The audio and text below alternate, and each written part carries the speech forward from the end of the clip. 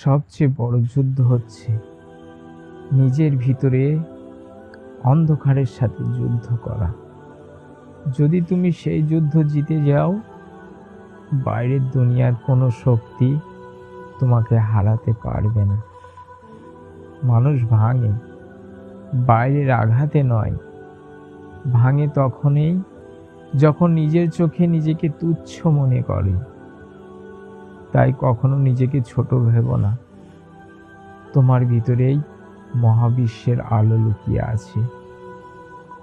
যা হারিয়েছ তা হারাবার জন্যেই ছিল, কিন্তু যা এখনো তোমার হাতে আছে, তোমার জীবন, তোমার নিঃশ্বাস, তোমার আশা, সেগুলো আঁকড়ে ধরো। এখানেই নতুন শুরু লুকিয়ে আছে। অন্ধকার যত গভীরই হোক, ভোরের আলো একদিন আসবেই। যদি তুমি ভেঙে না পড়ো, তবে এই অন্ধকারেই তোমাকে ভোরের জন্য প্রস্তুত করছে। কাঁদতে ভয় পেও না।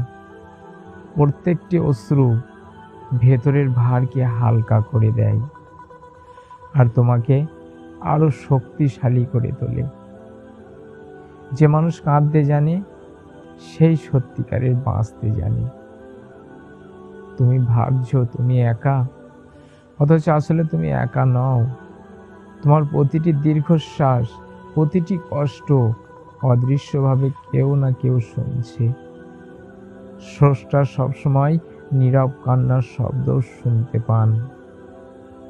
কখনো কখনো কষ্টকে মেনে নিতে হয়, কারণ কষ্টই তোমাকে এমন এক শক্তি গড়ে দেয় যা সুখ কোনোদিন শেখাতে পারে না।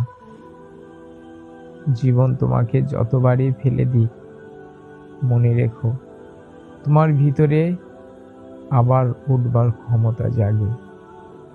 কারণ ভেতরের আলোকে কেউ নিভিয়ে দিতে পারে না, যতক্ষণ না তুমি নিজে নিভিয়ে দাও।